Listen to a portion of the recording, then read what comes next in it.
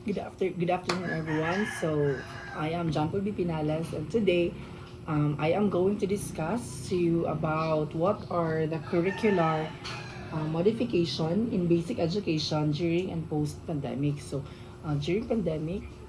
pandemic happened on year 2020, and what are the ways of the Department of Education in continuing the education system here in the Philippines. So, ano yung naging ways na ginawa ng Department of Education in order for us to still have a quality education amidst the pandemic that we are experiencing during and after pandemic. So, but first, let us first know our desired learning outcomes. So we have at the end of the lesson, the students are able to first analyze the different curricular modifications implemented in basic education during the pandemic and evaluate their effectiveness in addressing learning gaps. Second is demonstrate appreciation for the role of curricular flexibility by expressing support for learner-centered and inclusive education practices. Okay, so now we have here say some quotations which states less is more, avoid inch deep and mile wide teaching, and I cannot see the trees because of the forest. So what are the meaning behind these sayings? So those statements suggest trimming down curriculum to the most essential for effective learning. When the curriculum is focused on essentials, the inch deep, mile wide teaching approach is avoided. So during pandemic, so the Department of Education tend to lessen yung mga lessons na meron sa ating K to 12 curriculum. So um, in in in um, I mean like in in deducting or in making the lessons of or the competencies in the K to 12 curriculum um, more precise and brief.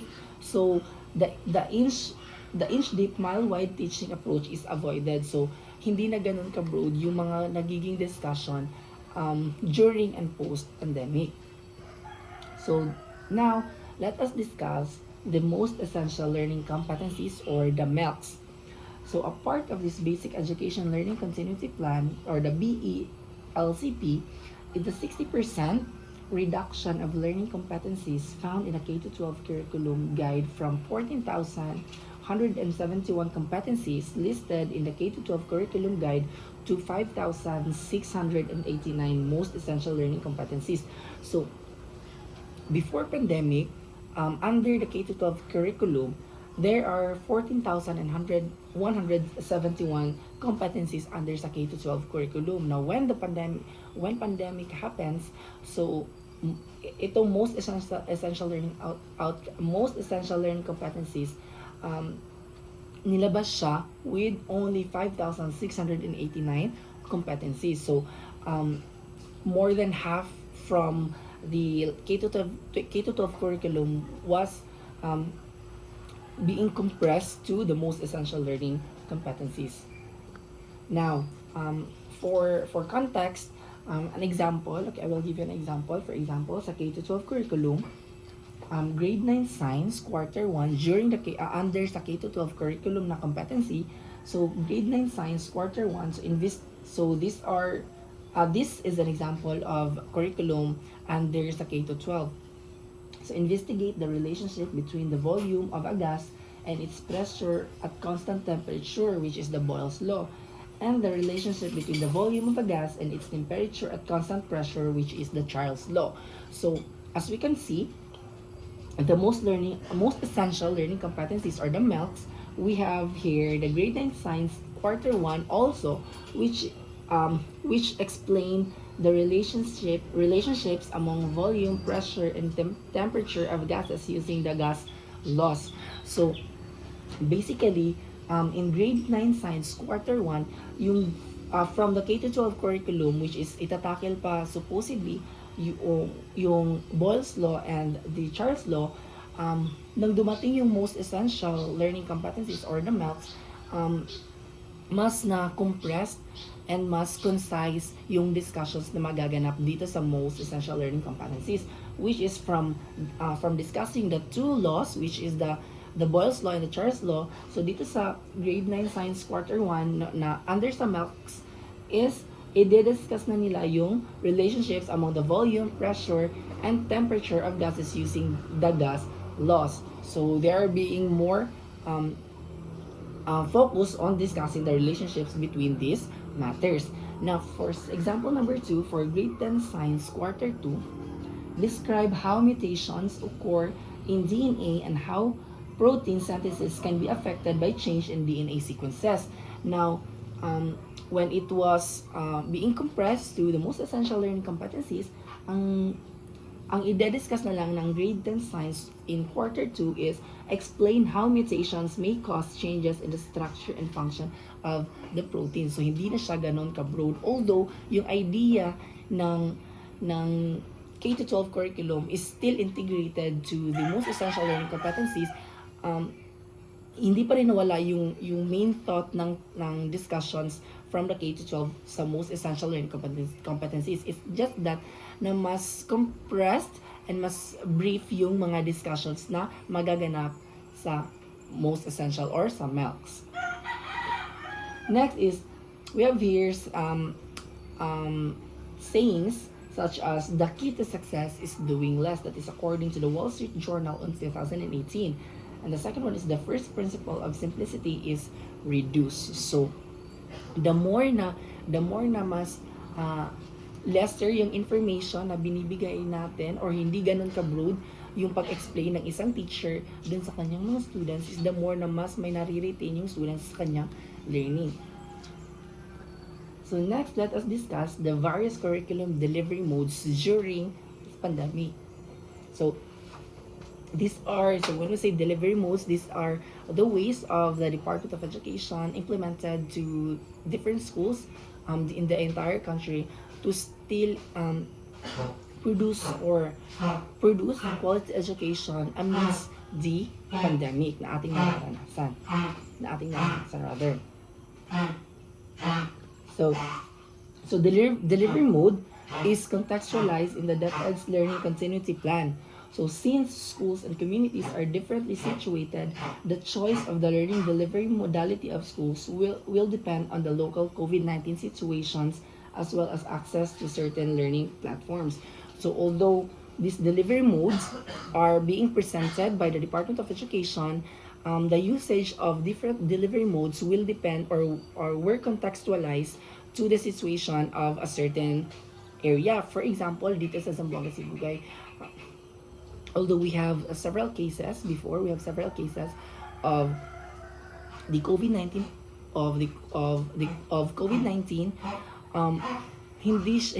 hindi siya ganon kataas compared to other cities or other provinces. So what we implemented in our province, yung personally I experienced the online classes, the modules, diba? Yun yung na-experience natin before. So delivery modes will differ from each provinces depending on how severe the case of COVID-19 and in their province. So now let us discuss the different delivery modes. So first we have the various curriculum delivery modes. So this includes first the online learning, second is the alternative delivery mode, the third one is the distance learning, fourth one is homeschooling, and the fifth one is the alternative learning system. So first let us discuss what is online learning. So online learning is only one of the delivery modes among all others in this new learning environment. So the DepEd directed its field units to determine the most appropriate combination of strategies of learning delivery for every locality, taking equity concerns to consideration. So itong online learning, actually we also experience this. I mean, nagagamit din talaga natin itong ating online learning. So but there are some schools na hindi nila ginagawa yung online learning, it's because due to some reasons. For example, yung school nyo is located in a rural area, so it is it is very difficult for a teacher to it is very difficult for a teacher to implement online learning when the school is located in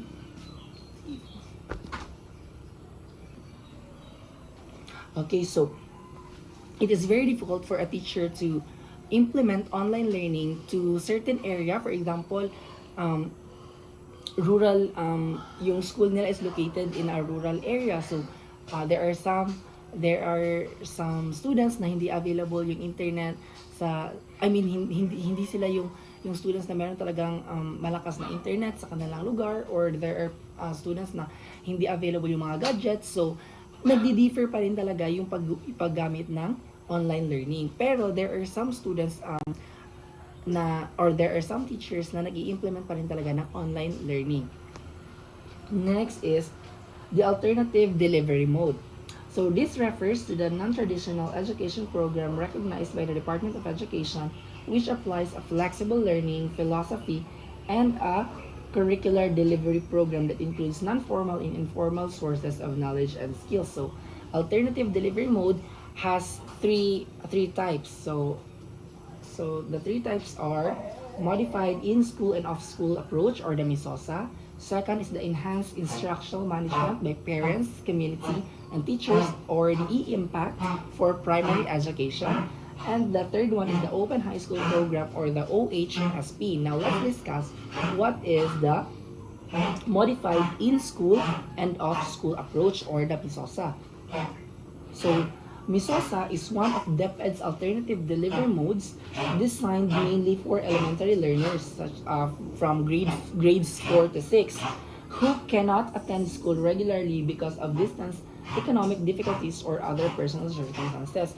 So basically, ang MISOSA is made for primary students in grades 4 to 6. So basically ang itong MISOSA is, or the alternative delivery modes are implemented, pero nagdi-differ siya from its audience. For example, itong MISOSA is only specific for grades 4 to 6. It's different yung needs nila in learning compared to other grades. So yan, modified in-school and off-school approach. Next is the in-school components, which is under pa rin siya sa MISOSA. So in-school component, learners attend school on certain days, not every day, to meet teachers, receive instructions, and take assessments. Now, off-school component under MISOSA. So on days when they are not in school, learners continue studying at home or in community learning centers using self-learning modules, or the SLMs, prepared by DepEd. So the context of in-school components and off-school components of MISOSA is, if in school, so not every day, so they will be given schedules na maato sila sa school. So during pag naa sila sa in-school, so maato sila sa school if mag-take of exams, or if they will be given instructions of what are the following activities that they will make. So yun lang yung nagiging activities nila during in-school components. Now when off-school components, though the instructions given during in-school components, dito nila buhaton during the off-school, meaning they are staying in their houses. So if nasa isang house, buhaton na mga instruction nga gihatag sa teachers. So after silang off-school, so when their schedule comes, muadto na pud sila for in-school components, which they will be assessed. So dili na mag-take place ang assessments, and another instructions will be given by the teacher. So that's the concept of MISOSA. Now let's discuss what is enhanced instructional management by parents, community, and teachers, or the E-Impact for primary education. So it is an improved version of the original Impact program, or the instructional management by parents, community, and teachers. And it was created to address the needs of early graders who require closer guidance in learning fundamental skills like reading, writing, and numeracy.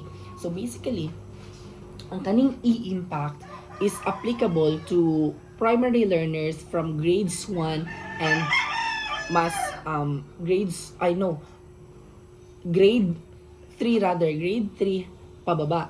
So, since 'di ba the most important learning grades 3 pababa na malelearn is yung fundamental skills such as reading, writing, and numeracy. So, with the help of the e-impact, so the e-impact requires the parents, the community, and the teachers na mag-collaborate, meaning ang teachers ang maghatag og instructional materials para sa mga estudyante, but this time ang ilang tagag instruction is ang parents, meaning ang parents nga moadto sa school sila ang tagaan sa mga instructional materials nga ilahang i-relay dito sa ilahang mga, let's say sa ilahang mga anak or sa ilahang mga gipang guardian.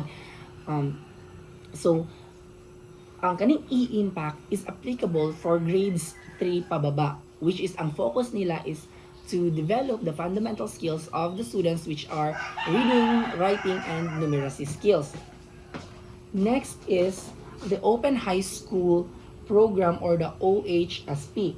So the OHSP is grounded in the concept of flexible learning options under the K-12 Basic Education Program, the Open High School System Act. So it allows self-paced learning. Learners can progress through modules, units at their own pace with reduced dependence on the traditional classroom schedule. So it is meant to serve students who may otherwise drop out or have difficulty with regular school attendance. So implementation typically involves a school designated to run OHSP, provision of learning materials, coordination with support system. So Open High School Program is applicable din sa mga students na in junior high school. So as we can say that students in junior high school are more independent compared to the primary learners. So here in OHSP, or the Open High School Program, sila na yung mga learners na independent na by their learning. So the role of the teachers is to only give the instructions, to give the instructional materials, the modules, the let's say test papers for assessments doon sa mga learners, and sila na yung gagawa by their own, and then sila na din yung magsasubmit. Let's say na sila na yung magsasubmit ng kanilang mga works dun sa teachers. So ganyan siya, yun yung concept ng OHSP. Now, what is distance learning? Distance learning modes of education includes delivery of educational content online, digitally, or through radio and television. There used to be school on the air. In this COVID-19 crisis, the Philippine government offered government-run television and radio stations as platforms for delivering lessons. So itong distance learnings are made or implemented by Department of Education. So they use several technologies such as by the use of television, radios, where they can spread the learning competencies given by the Department of Education. For example, ana is kanang, let's say, naa sa television, so naatoy I forgot the name, so naa siya channel nga gi-provide ang Department of Education sa TV, and then also napod sa radio. So mo to gitawag nila nga school on the air. So like ang learners while nasa balay, so pwede na sila maminaw dito sa radio or mag-watch lang sa television. From that, na sila ma-attain nga mga, or na sila ma-obtain rather nga mga learnings. So now let's proceed to homeschooling. Homeschooling is another flexible learning option recognized by Department of Education. Based on the policy guidelines released by DepEd, homeschooling provides learners with access to formal education while staying in and out of school environment. It is meant for learners in unique circumstances such as illness, frequent travel, special education needs, and other similar contexts. So ang homeschooling is ang teachers mismo ang muadto sa mga sa balay sa yahang mga learners. So for example, ang homeschooling for mahitabo ni siya or like mabuhat ni siya ang homeschooling to due to different reasons. For example, is ang illness or special education needs. If ang students is unable siya mo add to sa school and di niya kaya, like for example, like na siya illness, so pwede siya nga i-refer siya to homeschooling. It depends on the communication between the parents and the teachers or the school. So, mo na siya ang concept sa homeschooling. So, basically, ang homeschooling is ang teacher mismo ang magdala sa learning padulong sa bata sa ilahang mga balay. So, the student doesn't have to go or travel padulong sa school, but rather, ang teacher ang mo travel padulong sa learners. Next is the alternative learning system or the ALS. So, it is a parallel learning system in the Philippines that provides a practical option to the existing formal instruction. So ALS includes both the non-formal and informal sources of knowledge and skills. So we are all familiar naman, I guess, sa ALS, diba? So there are two major programs on ALS that are being implemented by the Department of Education through the Bureau of Alternative Learning System or the BALS. So one is the Basic Literacy Program and the other is the Continuing Education Program. So Basic Literacy Program, this is where those learners na wala pa jud ever nakaskwela, so diri sila ma-enroll, which is the basic literacy program. As what I said earlier, ang basic learning mga basic nga learning skills nga dapat ma-attain sa usa ka tawo is diba the reading, the writing, and the numeracy. So those students or those individuals na wala jud ever nga naka-enroll sa school, so dili sila by the use of or by the help of the alternative learning system, so pwede sila mo enroll under sa ALS, so under the basic literacy program. Now, what is the continuing education program? So for instance, naay mga let's say naka-enroll na siya og usa ka og naka-try na siya og eskwela pero naka-stop siya. Now, continuing education program, for example, is, di ba there is a specific age na pwede na ka mag-start of school. I guess for grade 1 is, if I'm not mistaken, 6 years old or 7 years old, dapat grade 1 na ka. So, if nalapas na ka sa, let's say, ang imong educational attainment is until, like, let's say, grade 4 lang taman, and then ang imong edad is more than 20 na or 20 years old na ka. So ang kanang continuing education program is ilahang i-measure if asa na imong level of intelligence, nga asa na ka pwede nga grade nga ma-enroll. So mo na ang continuing education program. But don't get loose to the context. Ang alternative learning system is kani siyang duha, which is ang kaning duha ka components ang imuhang ma-attain when you are enrolled in alternative learning system, which are the basic literacy program and the continuing education program. Now that's the end of my presentation, and since Ma'am Halon instructed me to relate the examples sa kaning curricular modification, since curricular modification in the textbook is about sa pandemic, so I was instructed na ako siyang i-relate to the to relevant issues, so such as what is happening in the Philippines, what happened in the Philippines recently lang na the typhoon. So during the typhoon, di ba, during the typhoon, ang condition ng provinces is nag-differ ang condition, ang weather condition ng one province to another. So it could be na, let's say this week is mo announce ang teacher nga okay, online learning lang sa, because dili pwede nga magawas-gawas kay tungod like na there are so example like naa siya heavy rain, so dili pwede magawas-gawas. So it depends, since kaning ato ang curricular modification is still existing, so even even sa karon, di ba, there are teachers nga pwede sila maka-offer gyapon og online learning to those students na dili kaya nga mo adto physically sa school, so pwede ra gyapon siya. So it really depends. The curricular modification depends on the current situation of a specific community. So that is all for my presentation. Thank you so much.